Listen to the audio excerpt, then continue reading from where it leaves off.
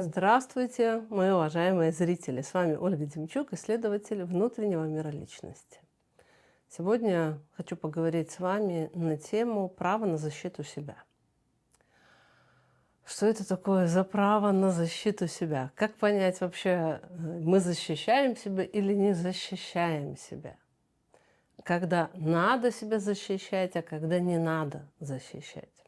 Но в первую очередь защита предполагает нападение. То есть я себя защищаю только если перед этим на меня кто-то напал.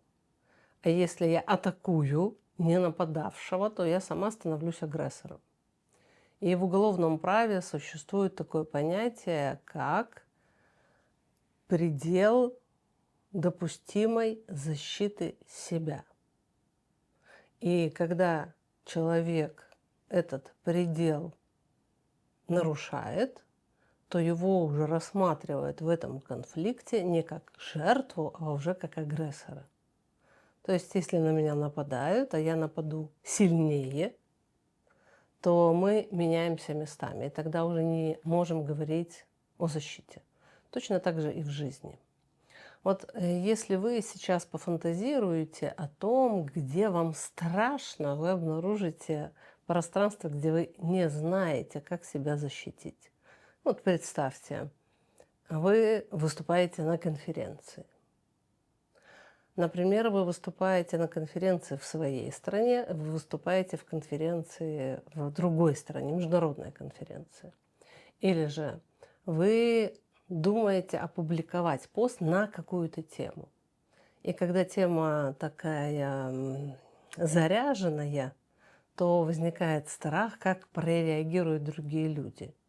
И если нет уверенности в том, что я не буду превышать пределов допустимой обороны, то есть на меня будут нападать, и я не смогу быть адекватной в своей защите, то я в эту тему не пойду. Или же вообще нету права на защиту.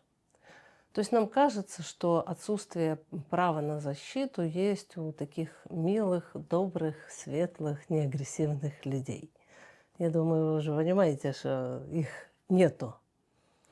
Потому что есть люди, которые принуждают себя такими быть, но наша природа, она агрессию предполагает. Это базовая прошивка наша.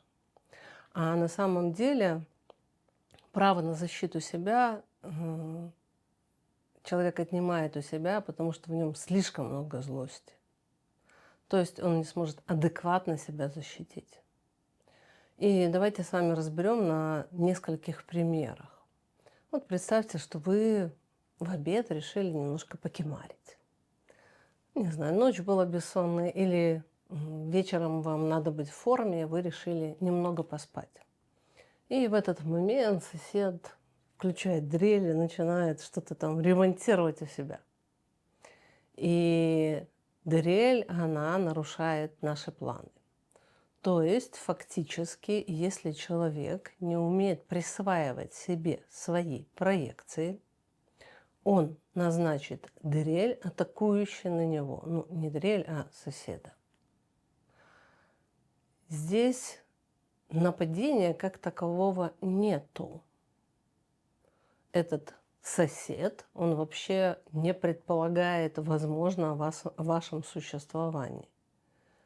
Он не нападает персонально на нас, но наша психика воспринимает это как нападение. И для того, чтобы научиться себя защищать, надо забрать свои проекции. Вот, в частности, в начале октября будет школа проекций. Мы там будем говорить подробнее, но я понимаю, что не все могут попасть на нее, поэтому буду отдавать вам про проекции знания. Итак, если я не могу забрать свои проекции, то есть присвоить себе свои эмоции, то я буду воспринимать соседа как атакующего. И я в этом процессе буду или терпеть, или беситься, злиться. Он меня будет раздражать, или же я буду страдать и терпеть. И тогда мой сосед будет или мучителем, если я страдаю, или же агрессором, если я злюсь. Сейчас, вот прям представьте ситуацию, вы решили поспать, а в обед сосед сверлит, а с вами это все происходит. И сейчас посмотрим на эту ситуацию немного с другой стороны. Представьте, что вы легли спать вечером. И вот уже за полночь, и вы слышите, как сосед сверлит. В этот момент происходят те же процессы, которые я описала. Но если в обед у вас включалось какой-то разум, понимание, что они имеют право это делать, то ночью этого права у соседа нету. Смотрите, тот же звук, та же ситуация, тот же вы. Мы меняем только время суток, и в этот момент у вас появляется право защищать себя. И вы накидываете халат и поднимаетесь на этаж выше, звоните в дверь и высказываете все соседу. То есть у вас появилось моральное право себя защитить. И вы можете обосновать это право. Если вам сосед скажет, ну я сверлю, да, это так. Вы скажете, посмотрите на часы, вы не имеете права сверлить после 12. А если вы в обед так прибежите, то сосед может покрутить пальцем у виска и сказать, ну, дамочка или там мужчина, выпейте валерьянки, у вас не в порядке с нервами. И если мы не умеем анализировать внешние обстоятельства и опираемся только на свои ощущения, мы можем попадать вот в такие химерные анализы ситуации. Потому что для того, чтобы нам не превысить предельную допустимую оборону, нам с вами надо научиться опираться на факты внешние, а не на свое состояние. Потому что когда мы опираемся только на свое состояние, мы сами находимся в непонимании, мы правильно сделали или нет. Я хороший сейчас или плохой, я сам уже стал агрессором или я не стал агрессором.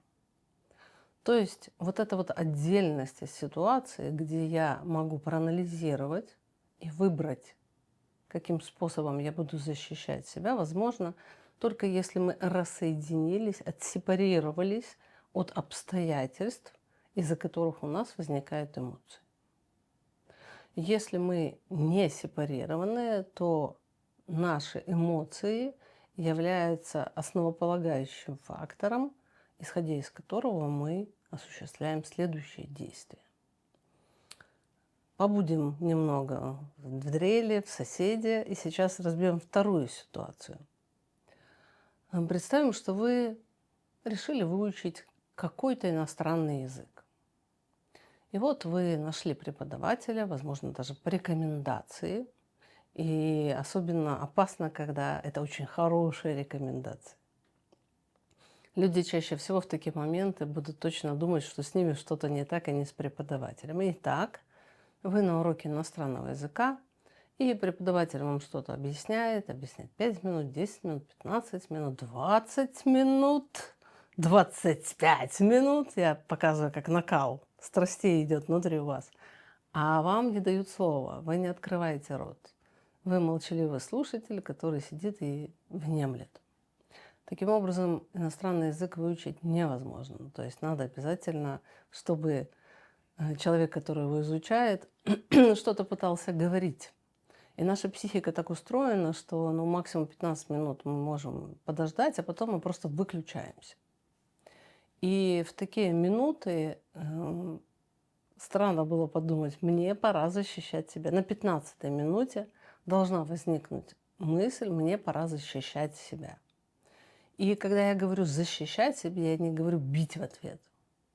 Я говорю заступиться за себя. То есть на 15-й минуте я начинаю ощущать дискомфорт. И в этот момент, если я привыкла анализировать себя, я понимаю, что 15 минут это слишком, мне надо говорить.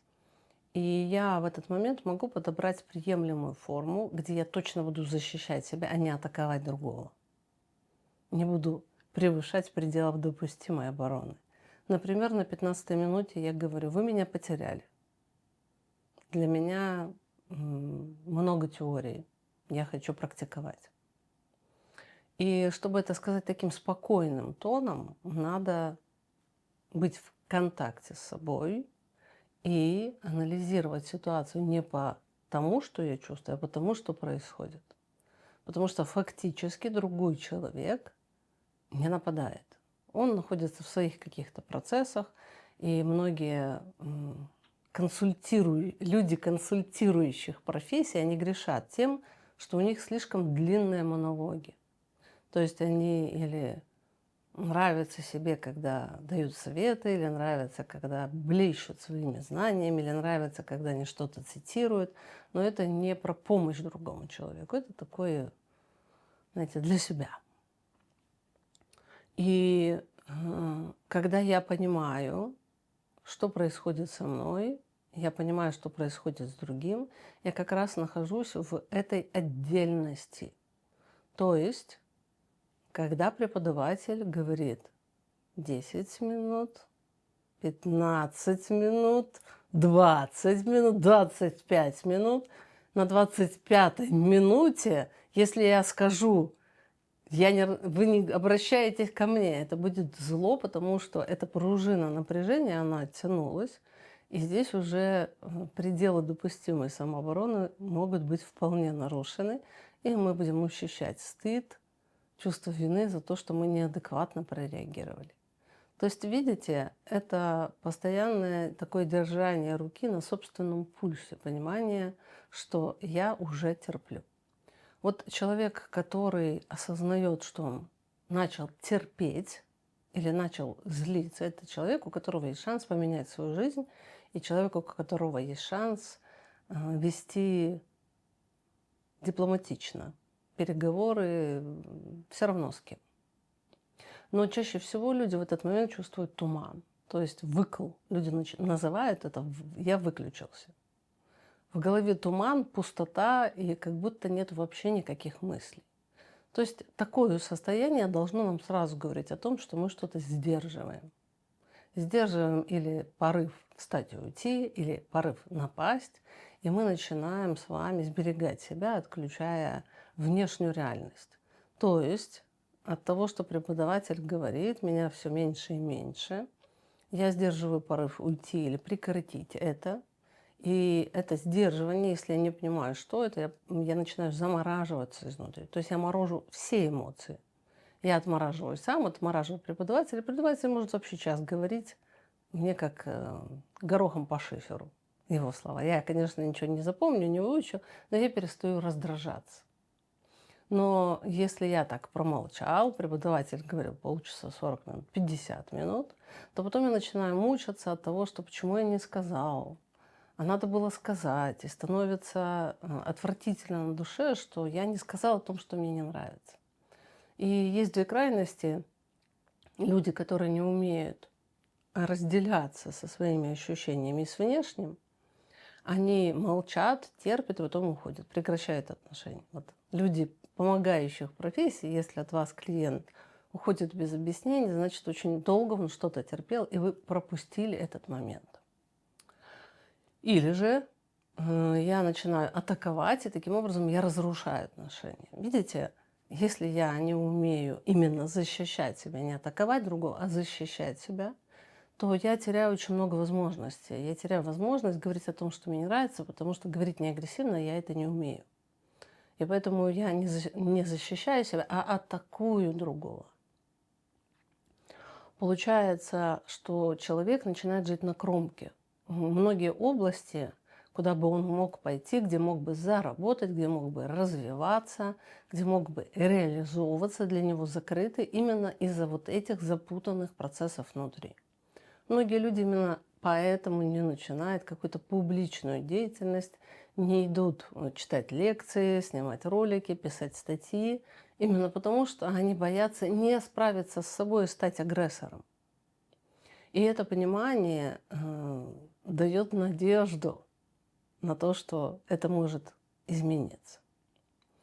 Итак, если небольшой итог подведу. Если я в какой-то ситуации начинаю выключаться, это говорит о том, что я сдерживаю. Сдерживать мы можем действие, то есть какое-то действие, которое нам хочется сделать, но мы его не делаем. И, несомненно, надо развивать усидчивость, дисциплину, когда мне хочется отдыхать, а надо снимать для вас ролик. Но здесь я говорю с собой, я объясняю себе, для чего мне это надо, и я достаточно терпеливая, я не превышаю пределов необходимого давления на себя. Потому что если я буду нарушать допустимые пределы давления на себя, я уже буду садистично себя заставлять снимать ролики. И тогда я не буду идти в ролики, потому что там я встречусь уже с садистическими атаками на себя, с превышением пределов необходимого давления на себя. И вот эта вот регулировка, она, видите, открывает сферы не только внешние, но и внутренние. И это право на защиту себя очень важное. Вот если бы я была той женщиной, соседи которой включили дрель, и у меня есть право защищать себя, то я даже если получу какой-то хамский ответ или человек скажет «я не прекращу», у меня не будет ощущения, что я себя предала.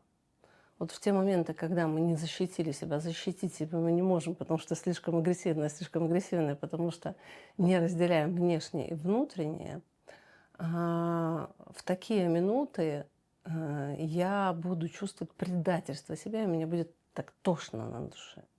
То есть, когда мы защищаем себя, например, говорим преподавателю, вы меня потеряли, и преподаватель реагирует на это как на нападение, он говорит, ну, я объясняю материал. Человек говорит, без объяснения материала вы ничего не поймете. То есть он воспринял слова как нападение и начинает нападать, вот это оправдывать себя. В такие минуты важно самому понимать, как я сейчас звучала, из какого состояния я это говорила, проанализировала ли я то, что происходит. И если на нас нападает, мы уже понимаем, что он воспринял эти слова как обвинение в плохости, он себя отбеливает, и можно это выдержать. Но если мы не понимаем это всего, и у нас действительно много агрессии, которую мы не осознаем, но интуитивно про нее знаем, то человек говорит, ну я объясняю материал, и тогда мы не понимаем, ну дальше себя защищать, или я не прав, или у меня вообще нету права. Вот помните, я вам сказала, если преподаватель авторитетный с рекомендациями, то там у человека как будто сразу забирает право говорить о том, что ему не нравится, защищать, не атаковать в ответ, а защищать. Потому что ну, он же светило, значит, со мной что-то не так. В общем, дамы и господа, пишите свои ситуации. Как всегда, будем становиться учителями друг другу. Попробуйте описать ситуации, в которых вы в определенные моменты жизни не нашлись, что ответить. А сейчас вы бы могли бы действительно защитить себя, а не напасть на другого. Попробуйте описать такие ситуации, будем учиться друг у друга. Ну, а тех, кого интересует тема проекций, слияния, сепарации, переноса, контрпереноса, я приглашу на школу проективной идентификации, которая у нас состоится в начале октября. Ссылочка есть под видео, или вся информация есть на сайте Ольга. Боже, как же он называется? Ольга Демчук.орг. Вспомнила. Все, до встречи, ставьте лайки, подписывайтесь. Пока.